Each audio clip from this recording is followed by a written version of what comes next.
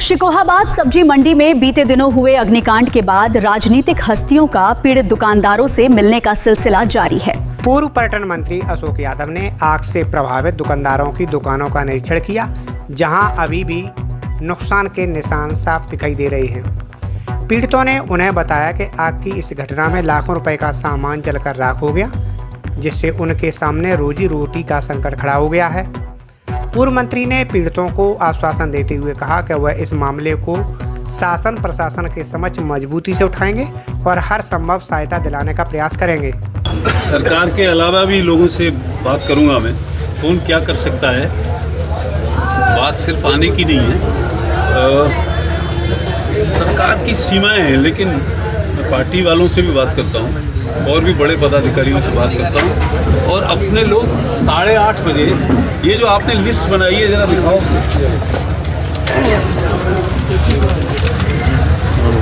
नहीं, अब देखो, ये आपकी लिस्ट इनकम्प्लीट है। इसमें आप लिस्ट में जब मेरे पास आओ तो अनुमानित नुकसान कितना है, कोई कहे कि मेरा रुके ना ठीक बताओ। अब ये सही हाथों में जाएगी।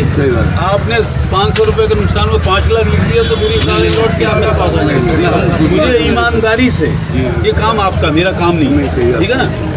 अगर आप दमदारी से करोगे ना, सही ईमानदारी से, तो इसके नतीजे दिखेंगे, ठीक है। सरकार कहीं आगे पीछे होती दिखाई देगी तो कुछ और रास्ते देगी। उन्होंने कहा कि ऐसी आपदा की घड़ी में पीड़ितों को अकेला नहीं छोड़ाया जाएगा और सरकार से उचित मुआवजा दिलाने की पूरी कोशिश की जाएगी।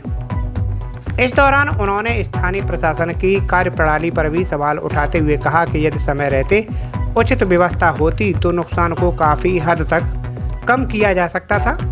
पीड़ित दुकानदारों ने भी पूर्व मंत्री के आगमन पर अपनी पीड़ा व्यक्त की और जल्द से जल्द आर्थिक सहायता की मांग की। साला यही मौका मिला तुम्हें चिल्लाने का। तब ये शिकोहाबाद में जो घटना हुई है, ये बहुत विदारक घटना है और ये मैं मानता हूँ। मैं भी सरकार में वज़ीर रहा हूँ इतने बार, मुझे पता है सरकार के हाथ नुकसान के मामले में बड़े तंग हैं। मैं ये नहीं कहता हूँ कि सरकार नहीं करेगी, सरकार करेगी, लेकिन सरकार के जो मापदंड हैं वो इतनी देर में आते हैं। तब तक असेसमेंट हुआ है, मेरे ख्याल डिप्टी कलेक्टर कोई ले गए, लेकिन ये बात बड़ी लोगों पे करनी पड़ेगी, बड़े स्तर से करनी पड़ेगी। मैंने कल इन सारे लोगों को बुलाया है और इनसे यही कहा है, नाम से काम नहीं चलेगा। सीताराम नुकसान अनुमानित कितना वो आप लोग लगाओगे, कोई बाहर का आदमी नहीं कर सकता। वो अगर ज़्यादा कम करे, ये आपका काम है ठीक करके लाना।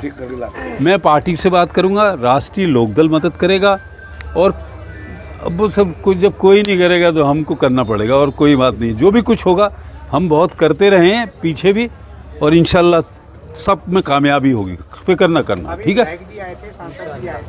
छोड़ो यार, क्यों मेरी तो कौन है यहाँ विधायक, बता कौन है, आया है कभी इससे पहले?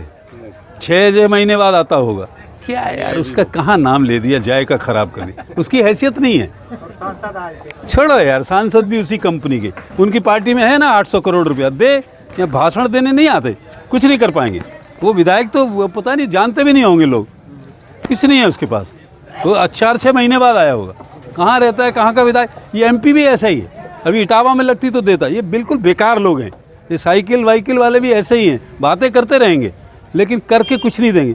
करे ना राम गोपाल, अब क्यों नहीं आ रहा है, अब क्यों नहीं आ रही है उनकी पार्टी?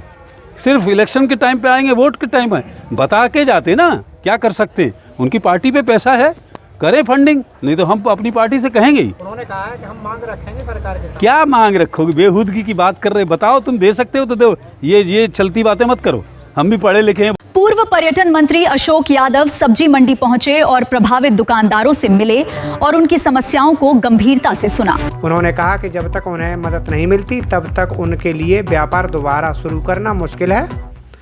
मुलाकात के दौरान क्षेत्र के कई स्थानीय लोग और व्यापारी भी मौजूद रहे, जिन्होंने एकजुट होकर पीड़ितों के समर्थन में आवाज उठाई। कोई ना कोई हल निकलेगा इसका।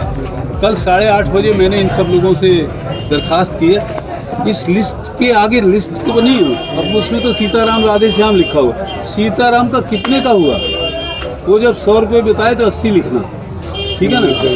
देखो आप भी जानते हो, आप जो लॉस अगर लिख लोगे है ना, जो करने वाले लोग हैं वो उंगलियों पे गए होते हैं। नहीं मैं बात जो करें अलग बात। चीज का एक लोग का, क्योंकि जगह में तुम्हारी बैठे ना, ठीक है, मालूम है आप ये एहसास करो घटना बड़ी है और बहुत बड़ी है, लेकिन अभी मैं इसीलिए आया हूँ कि असेसमेंट अगर ईमानदारी से कर लिया तो मैं कोशिश करूँगा। मैंने बहुत पीछे बड़ी बड़ी कोशिशें भी करी और वो कामयाब हुए हैं। अगर आप ये वीडियो YouTube पर देख रहे हैं तो हमारे चैनल को सब्सक्राइब करें और बेल आइकन को दबाना ना भूलें। अगर आप Facebook पर ये वीडियो देख रहे हैं तो हमारे पेज को लाइक करें।